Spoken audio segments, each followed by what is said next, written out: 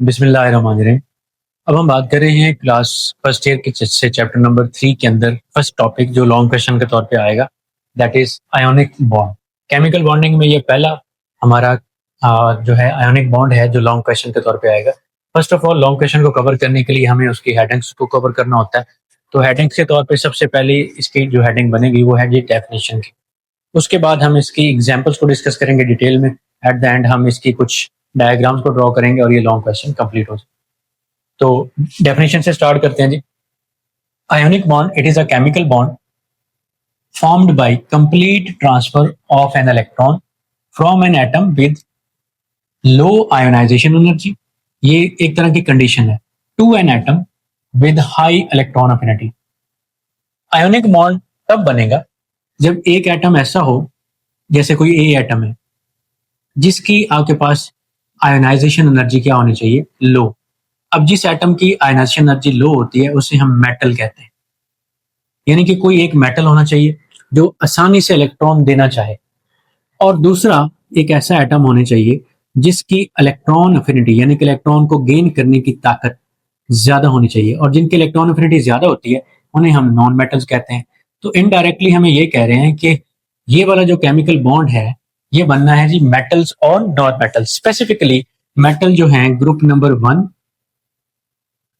और group number 2 की इसमें टेक पार्ट करेंगे, और नॉन मेटल्स जो है हमारे पास मोस्टली ग्रुप नंबर जो 17 है इससे अगर रिएक्ट करती हैं। ये दोनों एलिमेंट अगर ग्रुप 1 और 2 के मेटल और ग्रुप 17 और 16 भी इसमें इंक्लूड कर लें, इनके नॉन मेटल्स आपस में रिएक्ट करेंगे तो ये इन कंडीशन पे पूरा उतरती हैं। इसी वजह से इनके दरमियान जब भी केमिकल बॉन्ड बनेगा कंप्लीट ट्रांसफर ऑफ इलेक्ट्रॉन से बनेगा और उसका नाम आयोनिक बॉन्ड होगा। इसी रिगार्ड में ग्रुप 1 से हम लोग ले रहे हैं सोडियम को, जिसका एटॉमिक नंबर होता है 11, और इसकी इलेक्ट्रॉनिक कन्फिग्रेशन अगर हम शेल के लिहाज से लिखें तो 281 होगी। अब ये एटम क्या करेगा, इसकी सब शेल के लिहाज से भी आप इलेक्ट्रॉनिक कन्फिग्रेशन यहाँ पे और करके लिख सकते हैं। यहाँ पे लिखें और साथ में लिख दें 1s2 2s2 2p6, 10 इलेक्ट्रॉन हो गए, और 3s में यहाँ पे 1 इलेक्ट्रॉन हो जाएगा। अब ये एटम क्या करता है, अपना एक इलेक्ट्रॉन लूज कर देता है इस तरह से, और इलेक्ट्रॉन जब इसका लूज हो जाएगा तो अब ये बन गया केटाइन।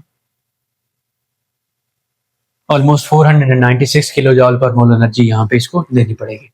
अब ये बन गया केटाइन, इसने अपने एक इलेक्ट्रॉन लूज कर दिया, और इसकी इलेक्ट्रॉनिक कन्फिग्रेशन अब यहाँ पे जो बन चुकी है वो ऑलमोस्ट नियोन की तरह है। नियोन एक नोबल गैस है, दिस वन। दूसरी साइड पे हमारे पास है क्लोरीन। क्लोरीन जो है हमारे पास एक नॉन मेटल है। क्लोरीन का एटॉमिक नंबर 7 है, उसकी शेल के इलेक्ट्रॉनिक कन्फिग्रेशन लिखें तो 287 होगी हमारे पास। इसने क्या किया, एक इलेक्ट्रॉन वही जो उसने लूज किया इसको गेन कर लिया, और ये बन गया हमारे पास एनाइन, क्लोराइड एनाइन। और इस दौरान जो एनर्जी रिलीज होगी that will be called as electron affinity. ये almost 328 kilojoule per mole होती है।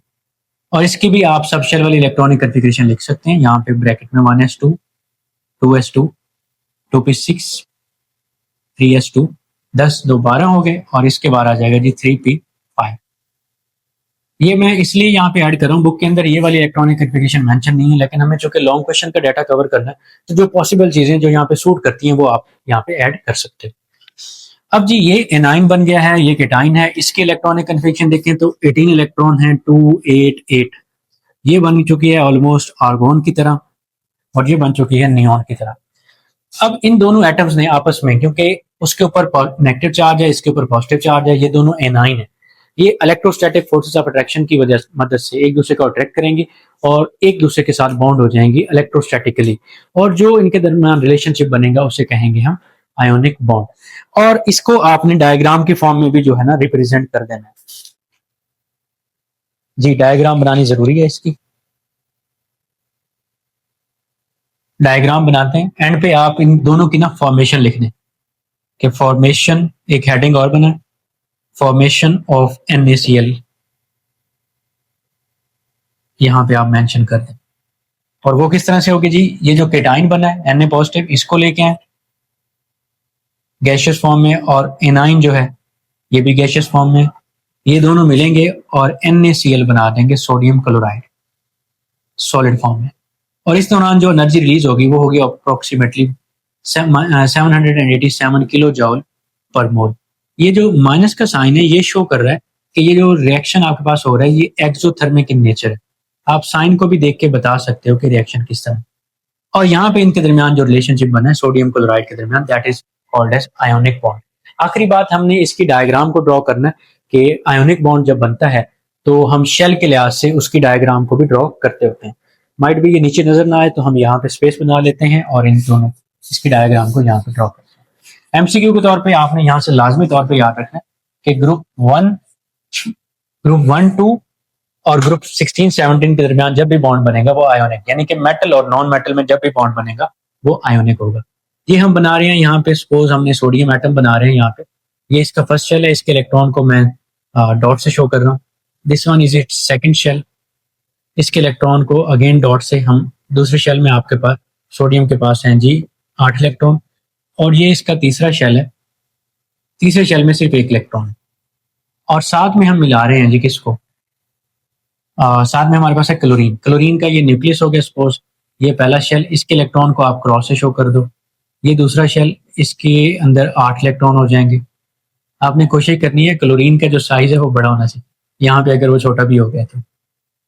और जो यहाँ पे तीसरा इलेक्ट्रॉन होगा इसके अंदर 7 इलेक्ट्रॉन, तीसरा शेल होगा इसके अंदर 7 इलेक्ट्रॉन होंगे। ये दोनों शेल, इनके नीचे आप लिख सकते हैं कि ये सोडियम है तो 281 है, ये अभी तक न्यूट्रल है, और ये क्लोरीन है तो 288 इसके इलेक्ट्रॉनिक कंफिगरेशन। ये दोनों आपस में मिलेंगे, आपने एरो लगा के आगे उसके प्रोडक्ट लिखनी है कि अब ये जो बॉन्ड इनके दरमियान बन रहा है कुछ इस तरह से आपने इसको शो कर देना है। ये पहले सोडियम बना लें, ये पहला शेल, उसके 2 इलेक्ट्रॉन, और अब यहाँ पे ना आप सिर्फ दूसरा शेल बनाएं जिसके अंदर इसके 8 इलेक्ट्रॉन होंगे, क्योंकि ये वाला इलेक्ट्रॉन यहाँ पे इधर ट्रांसफर हो गया तो इधर इसके बाहर ब्रैकेट लगाएं और ऊपर लिखें पॉजिटिव और नीचे लिख दें 28, साथ में आप सोडियम केटाइन भी लिख सकते हो, और इधर दूसरी ब्रैकेट में आपने क्लोराइड एनाइन को शो करना है। न्यूक्लियस बना दें पहले, ये पहला शेल जिसमें 2 इलेक्ट्रॉन है, क्रॉस से शो करें, दूसरा शेल जिसमें 8 इलेक्ट्रॉन है, और ये रहा तीसरा शेल जिसके अंदर पहले 7 इलेक्ट्रॉन थे, अब 8 इलेक्ट्रॉन हो जाएंगे, और उस 8वें इलेक्ट्रॉन को आप उसी तरह डॉट से यहाँ पे शो कर दो, और इसके बाहर आप लगा दो नेगेटिव, और इसके इलेक्ट्रॉनिक कन्फिगरेशन भी लिख दें 288 हो गया, और साथ में लिख दें क्लोराइड एनाइन।